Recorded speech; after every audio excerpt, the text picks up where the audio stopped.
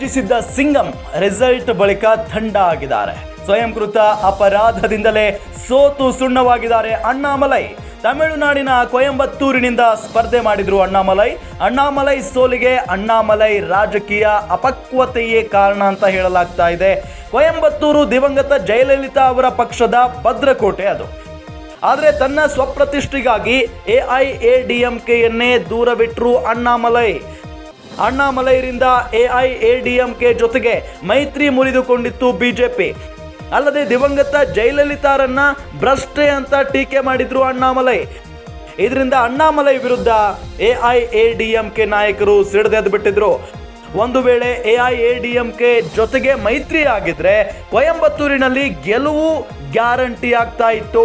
ತ್ರಿಕೋನ ಸ್ಪರ್ಧೆಯಿಂದ ಎಐಎಡಿಎಂಕೆ ಮತ್ತು ಬಿಜೆಪಿ ಮತಗಳು ಛಿದ್ರವಾಗಿದ್ದಾವೆ. ಇಬ್ಬರ ಜಗಳದಲ್ಲಿ ಗೆದ್ದು ಬೀಗಿದ್ದಾರೆ ಡಿಎಂಕೆ ಅಭ್ಯರ್ಥಿ ಗಣಪತಿ. ಅಂದ್ರೆ ತಾವು ಮಾಡಿಕೊಂಡಿರುವಂತ ಎಡವಟ್ಟಿಗೆ ಇವತ್ತು ಥಂಡ ಆಗಿ ಕೂತಿದ್ದಾರೆ, ಸೋತು ಕೂತಿದ್ದಾರೆ ಅಣ್ಣಾಮಲೈ ಅನ್ನೋದು ರಾಜಕೀಯವಾಗಿ ಚರ್ಚೆ ಆಗ್ತಾ ಇರುವಂತ ವಿಚಾರ.